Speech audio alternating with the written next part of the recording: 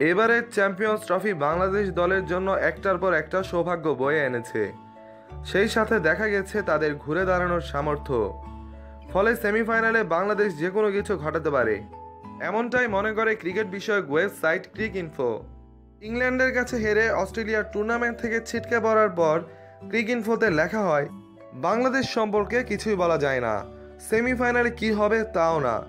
ভারত বা south Africa যেই হোক, 33 রানে 4 উইকেট হারানো যেই দল ঘুরে দাঁড়াতে পারে সেই দলের ক্ষেত্রে প্রিডিকশন করা খুবই ডিফিকাল্ট হয়ে যাবে।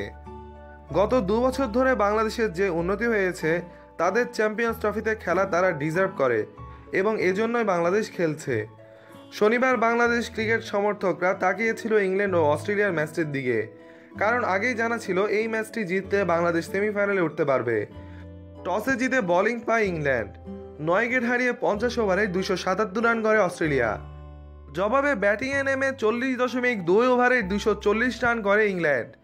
240 রানে 3 উইকেট হারানো ইংল্যান্ড যখন জয়ের জন্য অপেক্ষমান, তখন ওই ওভালে বৃষ্টি হানা দেয়, আর তাতেই ডাক অর্থ লুইস পদ্ধতিতে জিতে যায় ইংল্যান্ড। এতে সেমিফাইনালে উঠে বাংলাদেশ ও ইংল্যান্ড। বৃহস্পতিবার এজবাস্টনে হবে দ্বিতীয় সেমিফাইনাল খেলা। সেখানে বাংলাদেশের প্রতিপক্ষ হতে পারে ভারত অথবা সাউথ আফ্রিকা। আজকের ম্যাচের পরই তা জানা যাবে। এই টুর্নামেন্টে বাংলাদেশ দল শুরু করেছিল ইংল্যান্ডের সাথে পরাজয়ের মাধ্যমে। পরের ম্যাচে অস্ট্রেলিয়ার বিপক্ষে জয়ের সম্ভাবনা অনেকটা ক্ষীণ। তেমন অবস্থায় বৃষ্টির কারণে পরিত্যক্ত হয়ে পয়েন্ট ভাগাভাগি করে নেয় দুই দল।